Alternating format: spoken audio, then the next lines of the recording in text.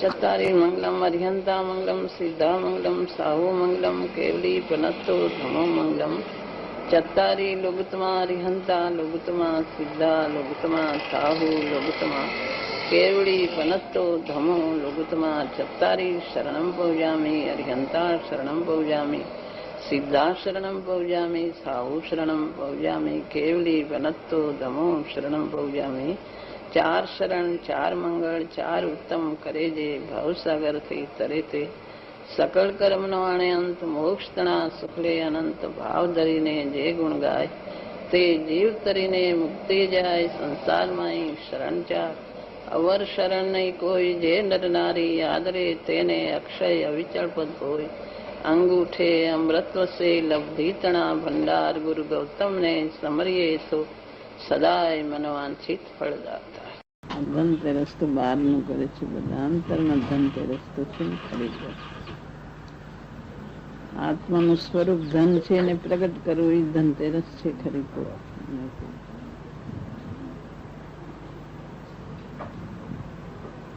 મહાવીર ભગવાન મોક્ષ ગયા એટલે આ બધું ધનતેરસ ને બધા દિવસો આવે છે. અંતરના સ્વરૂપ ધનને પ્રગટ કરવું એ ધનતેરસ છે. અંતરમાં સ્વરૂપ અંતરમાં બધો ખજાનો આત્મામાં ભરેલો છે. એ આત્માને ઓળખી એનું ભેદ જ્ઞાન કરી એના ઉપર દ્રષ્ટિ કરી એની મહિમા લાવીને જે અંદર સ્વરૂપનું ધન પ્રગટ કરવું એ ધનતેરસ છે.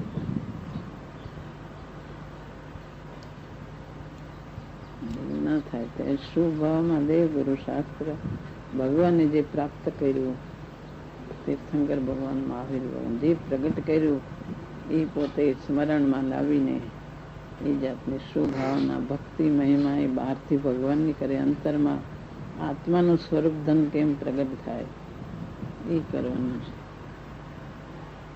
જીનેન્દ્ર દેવ ગુરુ શાસ્ત્ર એની મહિમા લાવે કે ભગવાને બધું પ્રગટ કર્યું, ગુરુ સાધના કરે, શાસ્ત્રમાં બધું વર્ણન આવે છે. એ શુભાવમાં એને અંતરમાં આ શુદ્ધાત્મામાં ધન ભરેલું છે એને ઓળખે, એની શ્રદ્ધા એનું જ્ઞાન એમાં લીનતા કરે.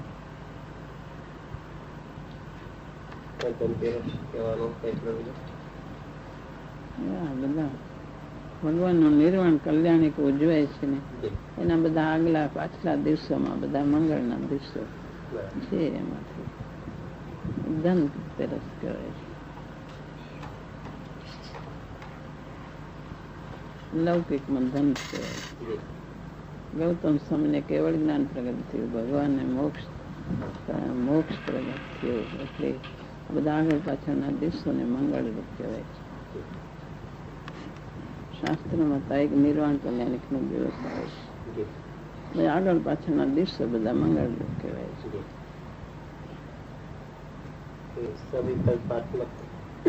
પહેલા રુચિ પોતાનો જ્ઞાયક આત્મા એ આવવો જોઈએ અને એને રુચિ પરની છૂટી જવી જોઈએ. ત્યાર પછી એને દ્રષ્ટિનું જોર આવે. જ્યાં સુધી એનો અર્થ કે જ્યાં સુધી વિકલ્પાત્મકમાં એને મારો આત્મા જ મને સુખરૂપ છે અને બીજું કોઈ એટલે કે પદ્રવ્ય વિકાર કે સંબંધ એ પણ સુખરૂપ નથી એવું જ્યાં સુધી અભિપ્રાયમાં નક્કી ન થાય ત્યાં સુધી દ્રષ્ટિનું જોર એટલે દ્રવ્યની સન્નિધ થઈને આ જ્ઞાયક તે જ હું છું એ હું સાચું જોરે એને આવી શકે નહીં એમ આપણે કહેવું હતું. જોર આવે નહીં, પોતામાં સુખ છે એમ નક્કી ન થાય, પોતા તરફ રુચિ ના આવે તો પોતા તરફ નું જોર આવે જ નહીં. દ્રવ્ય ઉપર દ્રષ્ટિ શ્રદ્ધાનું જોર ના આવે, કારણ કે મારામાં જ સુખ છે, તે જ પ્રયોજનભૂત છે, તે જ જરૂરિયાતનું છે. એટલી રુચિ અંતરમાંથી થાય નહીં તો પોતે શ્રદ્ધાનું જોર આવે નહીં. એ સંબંધમાં નથી. આ રીતે વિચારીને એક વાર ભાવમાં બેસે છે કે ખરેખર સુખ મારામાં છે અને સુખ આમાં નથી, અને એ રીતે આ જ્ઞાયક જ હું છું એટલે કે આશ્રય કરવા યોગ્ય આ જ્ઞાયક જ હું છું અને આ બધું મારાથી પર છે. આમ કહેવા છતાં હવે પછી શું એટલું બાકી રહી જાય છે કે જેમાં હજુ જે જાતનું પરિણામ કે ફળ આવવું એ આવતું નથી. એનો પોતે નક્કી કરીને નાયકનો આશ્રય લેતો નથી. જી નાયકનો જે આશ્રય લેવો જોઈએ એ આશ્રય લેતો નથી. બુદ્ધિથી વિચાર કર્યો, વિચારમાં રહી ગયો અને શ્રદ્ધા કરી, હાજી પણ નાયકનો જે આશ્રય લેવો જે આશ્રય લેતો નથી. આ હું નાયક જ છું. જી એ જેને ક્ષણે ક્ષણે એને લાગવું જોઈએ, ક્ષણે ક્ષણે ભાસવું જોઈએ કે હું તો નાયક જ છું. નાયકનો આશ્રય લેતો નથી જી એટલે આગળ જઈ શકતો નથી. નાયકનો આશ્રય નથી લેતો. આશ્રય દ્રષ્ટિ પર તરફથી નક્કી તો કર્યું, જી હા. પણ એનો આશ્રય નાયકનો પોતે લેવો જોઈએ. નાયકનો આશ્રય લેતો નથી. નાયકનો આશ્રય એટલે આપને શું કહેવું છે? આ નાયક છે, આ નાયક તે જ હું છું. ક્ષણે ક્ષણે નાયક જ એને અંતરમાં એને નાયક જ એની દ્રષ્ટિમાં ભાસતો જ. એની નાયક દ્રષ્ટિમાં ભાસતો નથી. ક્ષણે ક્ષણે પર ભાસે છે, વિભાવ ભાસે છે, બધું એનું વેદન આવે. પણ નાયક અંતરમાં જે હું તો નાયક જ છું એમ એને લાગતું નથી. અંતરમાં એને એના આશ્રયમાં એક નાયક આવતો નથી. એ જે કાર્ય કરતા ગમે તે હું તો જુદો જ છું. જી એ જે ક્ષણે ક્ષણે એને લાગવું જોઈએ હજી લાગતું નથી. એની લગ્ની હજી એવી જાતની આશ્રય નાયકનો લેતો નથી. વિચાર કર્યો, નિર્ણય કર્યો. આ જ્ઞાન સ્વભાવ જ તે હું, જી હા. પણ એ જ્ઞાન રૂપે પોતે રહેવાનો પ્રયત્ન કરતો નથી. જ્ઞાન તે હું નક્કી કર્યો, પણ એ નાયક જ્ઞાતા રૂપે રહે છે ક્યાં? એક જ તો બુદ્ધિ થાય છે. માતાજી, જ્ઞાનમાં જ્યારે નક્કી થાય છે જે રીતે ભિન્નતા છે પરદ્રવ્ય ને વિભાવની ને એક સૌક્રમ પર્યા અને જ્ઞાયક ભાવ, એને જ્ઞાનમાં જે રીતે ભિન્નતા છે એ રીતે પણ વિચાર્યું અને એ વિચારતા પણ એને એમ થયું કે ના, ખરેખર મારું પરમાર્થ સ્વરૂપ તો જ્ઞાયક જ છે. અચ્છા, દ્રષ્ટિમાં એટલે કે રુચિ અપેક્ષાએ પણ વિચાર કર્યો કે જ્ઞાનમાં તો હજુ બે પડખા ગૌણ મુખ્ય થઈ, પણ દ્રષ્ટિમાં તો વિચાર કર્યો કે એક જ્ઞાયક ભાવ સિવાય બીજું કોઈ જરા પણ સુખ નથી અને આ બધે કરતો નથી. નક્કી કર્યું કે એમાં સુખ નથી. જી હા. એ નક્કી વિચારમાં રહ્યું કે નક્કી કર્યું સુખ નથી, જી પણ એ સુખ નથી તો એનું કાર્ય પોતે એનું નાયકને ગ્રહણ કરીને નાયકનો આશ્રય જેને અંતરમાં આવવું જોઈએ, નાયકનો આશ્રય આવ્યું નથી. જ્ઞાન સ્વભાવ છે એમ નિર્ણય કર્યો, પણ એ જ્ઞાન સ્વભાવિત થવાનો પ્રયત્ન કરતું નથી. આપણી પાસેથી એ જાણવું છે કે જ્ઞાયક થવાનો પ્રયત્ન કરતો જ્ઞાયક થતો નથી, તો કઈ રીતે જ્ઞાયક થવું? એનો આશ્રય લેતો નથી. એને ક્ષણે ક્ષણે જે વિચારો વિકલ્પ આવે એ વિકલ્પમય જ પોતે થાય છે. એ વખતે છૂટો ક્યાં રહે છે? જે વિકલ્પ આવે વિચારો હવે એ વિકલ્પમય એકમેક થાય છે. નક્કી કર્યું કે હું તો આ જાણનાર જ્ઞાન સ્વભાવ છું. ગમે એ જાતના વિકલ્પ વિચાર આવે તમે એકમેક થાય છે. જે ક્ષણે વિચારો આવે તો વિચાર જેવો તો એકમેક જ થાય છે. છૂટો જરાય પણ છૂટો અંદર રહેતો નથી. એને છૂટો છું એમ નક્કી કર્યું, એનો એકત્વ બુદ્ધિનો રસ ઓછો થયો, બધી મનતા થઈ, પણ એ છૂટો એ રહેતો નથી. છૂટું રહેવાનું એ ભેદ જ્ઞાનનો પ્રયત્ન કરતો નથી. છૂટું રહેવાનું નક્કી કર્યું કે હું છૂટો છું એમ નક્કી તો કર્યું, છૂટો છું, પણ છૂટો રહેવાનો પ્રયત્ન કરતો નથી. બીજો માતાજી પ્રયત્ન તો હવે એકાગ્રતા થાય અને વિકલ્પ તૂટે તો નિર્વિકલ્પ બનવો થાય ને તો એમ થાય કે ભાઈ તું જ્ઞાન રૂપે રહ્યો ત્યાં સુધી, તો જ્યાં સુધી રાગ તૂટે નહીં ત્યાં સુધી તો શાસ્ત્ર કહે છે આપ કહેશો કે નહીં રાગની તને એકતા બુદ્ધિ છે ને રાગને તું તારું માન્યા કરે છે.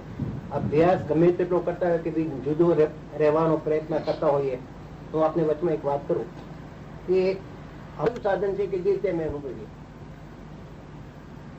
છૂટો પડે ને વિકલ્પ તૂટે એ નિર્વિકલ્પ થાય.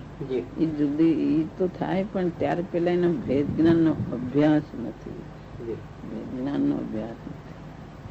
એ વિચારે શરીર જયારે કામ કરતું હોય, બોલતો હોય, ખાતો હોય, પીતો હોય, એ વખતે એને ખ્યાલ રહે છે કે હું જાણનાર છું. ક્ષણે ક્ષણે ખબર રહે છે. ભેદ જ્ઞાન નો અભ્યાસ ક્યાં કરે છે? આ શરીર જુદું, આ જુદો, વિકલ્પ જુદો, રાગ જુદો, બધું એનાથી હું જુદો છું એવું એને વારે વારે એની પરિણતિમાં આવે છે. એનો અભ્યાસ તો પેલા હોય ને, હાજી, હાજી. એ એકદમ નિર્વિકલ્પ થાય એ વળી કોઈને થાય જી, છે. હા, બરાબર છે. એકદમ વેદ જ્ઞાન થાય ને નિર્વિકલ્પ થાય. હાજી. પેલા તો એનો અભ્યાસ હોય. આપણે તો એમ કેવું છે ને કે આટલું નક્કી કર્યા પછી વારંવાર ભેદ અભ્યાસ થવો જોઈએ. વેદ નો અભ્યાસ થવો જોઈએ. પેલા એને સહજ નથી હોતો, હાજી. પણ સહજ નહીં, પણ એના વિચારમાં એ રીતે આવે છે.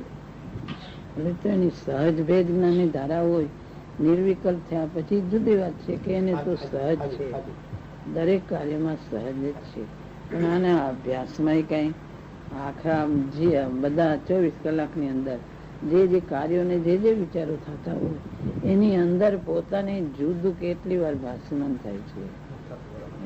ભાષ્યમાનમાં તો માતા જેવું છે કે વિકલ્પ પૂર્વક તો વિચારમાં લઈએ હું જ્ઞાયક છું, આ મારાથી ભિન્ન, રાગ આવે તો પણ મારાથી ભિન્ન છે, પરદ્રવ્યની કોઈ ક્રિયા થાય તો એ પણ હું કરતો નથી કરે. પણ એ જયારે તન્મય થયો હોય કોઈ કાર્યમાં એ વખતે એનું જુદું ભાવ એ છે કે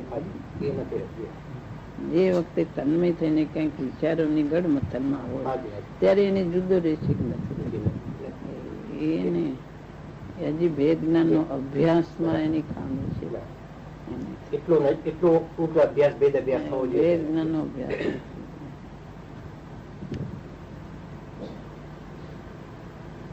વારે વારે નક્કી કરે કે હું જુદો જ છું, વિચારોથી નક્કી કર્યા કરે, પણ એના કાર્યોની અંદર પરિણતિની અંદર કેટલી વાર જુદો રહી શકે છે. વિકલ્પ પૂર્વક પણ સતત જુદો નથી રહેતો. જુદો ક્યાં રહી શકે છે? એ તો હજી વેદના અભ્યાસની વાત છે. સહજ તો પછી થાય તો કે પછી શું કરવાનું, પણ આ ભેદ જ્ઞાન નો અભ્યાસ કરવાનો છે. જુદો રહી શકતો નથી. સાધના ને પર્યાય તો એમ જ પ્રગટ થાય કે હું ચૈતન્ય છું. એમ દ્રષ્ટિ, એ દ્રષ્ટિનું જો ને આશ્રય ક્યારે આવે કે એને ભેદ જુદો પડવાનો પ્રયત્ન અભ્યાસ હોય તો એનો આશ્રય બળવાન રૂપે આવે, નહીં તો બળવાન રૂપે આશ્રય વિકલ્પમાં આશ્રય રહી જાય છે. વિકલ્પ થી નક્કી કરે છે, ભલે જોર થી નક્કી કરે કે હું જુદો છું, કે હું જુદો છું, જુદો છું એ અર્થાત છે. તો એટલું અંદર એને લાગે કે હું જુદો છું, તો જુદા રૂપે રહેતો તો નથી. એટલી અંદર રુચિની તીવ્રતા હોવી જોઈએ કે મને નક્કી છે કે હું જુદો તો રહી શકતો નથી. એટલો પ્રયાસ નથી કે આ નક્કી કર્યું કે આ ગામ જવાથી નુકસાન છે, નક્કી કર્યું કે આમાં સુખનું કારણ નથી, આ બાજુ જવાથી જ સુખ છે, નક્કી કર્યું. તો પછી જે સુખનો રસ્તો, સુખનું ગામ છે, જે ત્યાં જવાનો પ્રયત્ન, અહીંયા પ્રયાસ એનો તારો કરતો નથી, એ બાજુ પગ ઉપાડતો નથી. એ વિચાર કરી નક્કી ઉભો કર્યા કરે, પણ એ બાજુનો પ્રયાસ કેટલો થાય છે. ઓલું જે નુકસાન જેમ નક્કી કર્યું તો એમ જાય છે. તો એ એની એટલી રુચિની ખામી છે કે ઓલું એને દુઃખ લાગે ઓલી બાજુ, તો એ બાજુ જે દુઃખ નું ગામ છે એ નગર, તો એ બાજુ જાય છે. આ બાજુ કેટલી વાર પ્રયાસ કરે છે. શ્રદ્ધાનું બળવાન પણ થાય છે કે એનું કાર્યમાં મુખ્ય વિચારથી શ્રદ્ધા બળી કરતો હોય. પેલા એવી વિચારથી શ્રદ્ધા એવા વગર રહેતી નથી. પણ એમાં એવું છે ને, ધીમું થાય, ઉતાવળું થાય, એ ધીરે ધીરે થાય. પણ માર્ગ ગ્રહણ કર્યો છે, એ માર્ગ તું વિચારીને ગ્રહણ કર્યો, એને તો બરાબર ટકાવીને ઓલી બાજુ જવાનો પ્રયત્ન કરી તો એને આગળ જવાનો અવકાશ છે. તારું શ્રદ્ધા તું બરાબર રાખજે. શાસ્ત્રમાં આવે છે બની શકે તો ધ્યાનમય પ્રતિક્રમણ, નહીતર શ્રદ્ધા કર્તવ્ય છે. એટલે શ્રદ્ધા એટલે એમાં બધું લઈ લેવાનું. એટલું સમ્યક દર્શન પૂર્વક છતાં પણ શ્રદ્ધા તો બરાબર રાખજે. એમ પ્રયત્ન તારે ઓછો થાય, ધીરો થાય, ઉતાવળું થાય. કોઈ વાર થાક ખાતા તું થાકી જાતો ઉભો, તો એ શ્રદ્ધા તો તારા વિકલ્પ વાળી શ્રદ્ધાને બરાબર દ્રઢ રાખજે, તો તને આગળ જવાનો અવકાશ છે. જો તને થાકી જાય ને કઈ માર્ગ આગળ ન જઈ શકાય થાકીને તું બીજે રસ્તે જતો નહીં, એને તો બરાબર ગ્રહણ કરીને રાખજે. જે ગુરુદેવે માર્ગ બતાવ્યો ને તે જે વિચારથી નક્કી કર્યો અંતરમાંથી, જે સ્વભાવ મેળવીને નક્કી કર્યું તેને તો બરાબર તું ગ્રહણ કરી રાખજે. એ તો તું સાચવી જ રાખજે. એટલું એનાથી આગળ જવાય જુદી વાત છે, પણ ત્યાં ઉભો એટલું તો સાચવી રાખજે. આ ધન સાચવવાનું કે છે ને કે તારા દાગીના ને એ બધું ધન સાચે, એમ આ તને જેટલું ગુરુદેવે જે પંચમ કાળમાં ગુરુદેવ મળ્યા ને આ બધો માર્ગ બતાવ્યો, એ આ પંચમ કાળમાં મળવું મુશ્કેલ હતું. તો ગુરુદેવે બતાવ્યું અને તે વિચારથી નક્કી કર્યું તો એને બરાબર તું સાચવી રાખજે. એટલી તો દ્રઢતા બરાબર રાખજે. આડે અવડે માર્ગ એ બીજે કઈ નહીં જતો.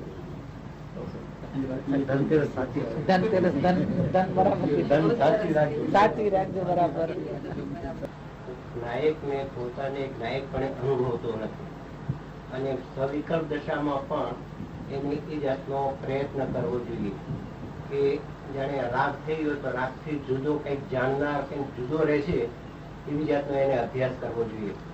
તો પ્રયત્ન આપણે ગયા પછી પણ આમ વિચારમાં લીધો પણ હજુ કઈ બરાબર ભાવમાં બેસતું નથી. આપ બે ચાર દ્રષ્ટાંત આપીને આ વાતને વધારે સ્પષ્ટ કરો કે અમુક વિચારથી એ અમુક કેવાય એના વિચાર ને યુક્તિથી, બાકી કરવાનું તો પોતાને જ રહેશે. કઈ જાતની પોતાની કઈ રીતે છૂટો પડે છે એ તો પોતાની જે જાતની ભૂમિકા ને જે જાતનો પોતાનો પ્રયત્ન હોય એ રીતે પોતે જ છૂટો પડે છે. આ તો એક વિચાર ને યુક્તિથી કહેવાય કે એ વિચાર આમ કરે, બાકી એને સહજ થવું જોઈએ. વિચાર શું કરવું ને કેમ કરવું એ પોતે ક્યાં પોતામાં રોકાય છે ને પોતે શું કરે છે પોતે જ ગ્રહણ કરવાનું રહે છે. રોગ આવે તો વિચાર કરે કે શરીર તો જડ છે, કઈ જાણતું નથી, તો જડ છે એમાં જે પૂતગળના સુંદર વાત કરે.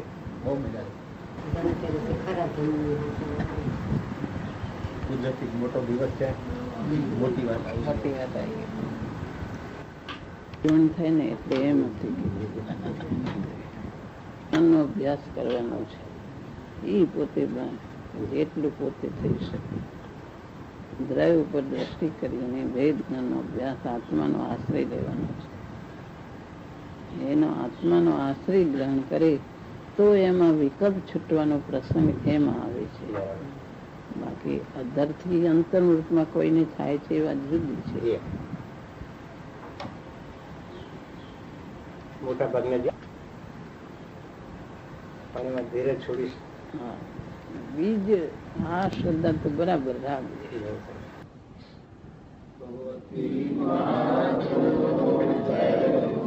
માતાજીની અમૃત વાણી